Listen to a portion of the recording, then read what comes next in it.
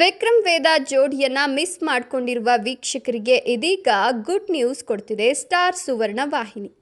ಟಿಆರ್ಪಿಯಲ್ಲಿ ಸದಾ ಮುಂದೆ ಇದ್ದ ನೀನಾದೇನಾ ಧಾರಾವಾಹಿ ಅಂತ್ಯ ಕಂಡಾಗ ವೀಕ್ಷಕರು ಬಹಳ ಬೇಸರ ಹೊರಹಾಕಿದ್ರು. ಪ್ರೇಕ್ಷಕರ ಮನಗೆದ್ದು ಮನೆ ಮಾತಾಗಿರುವ ನೀನಾದೇನಾ ಧಾರಾವಾಹಿಯು ಇದೀಗ ಅದೇ ಜೋಡಿಯೊಂದಿಗೆ ಪ್ರೀತಿಯ ಹೊಸ ಅಧ್ಯಾಯಕ್ಕೆ ನಾಂದಿ ಹಾಡಲು ಸಜ್ಜಾಗಿದೆ. ದಿಲೀಪ್ ಶೆಟ್ಟಿ, ಖುಷಿ ಶಿವು, ಸ್ವಾತಿ ಮುಂತಾದವರು ನಟಿಸಿರುವ ನೀನಾದೇನಾ ಧಾರಾವಾಹಿ ಮತ್ತೊಮ್ಮೆ ವೀಕ್ಷಕರ ಮುಂದೆ ಬರ್ತಿದೆ. ವಿಶೇಷ ಅಂದರೆ ಶೀರ್ಷಿಕೆ ಕೂಡ ಅದೇ ಇರಲಿದೆ. ನೀನಾದೇನಾ ಶೀರ್ಷಿಕೆ ಅಡಿಯಲ್ಲಿ ಹೊಸ ಕಥೆಯೊಂದು ಶುರುವಾಗ್ತಿದೆ.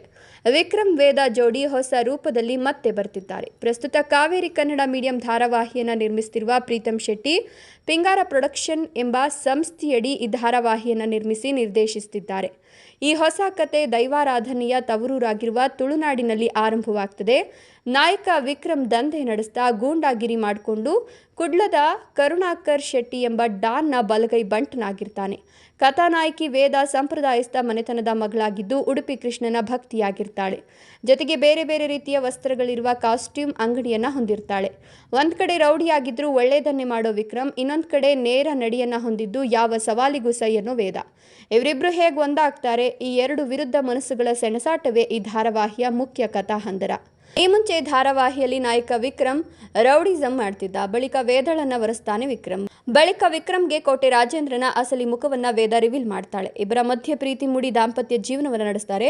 ಆದರೆ ಇದಾದ ಬಳಿಕ ಮೊದಲಿನಿಂದಲೂ ಪ್ರೀತಮ್ ಎನ್ನುವ ಲಾಯರ್ ವೇದಳನ್ನ ಮದುವೆಯಾಗಬೇಕು ಅಂತ ಆಸೆ ಪಡ್ತಿದ್ದ.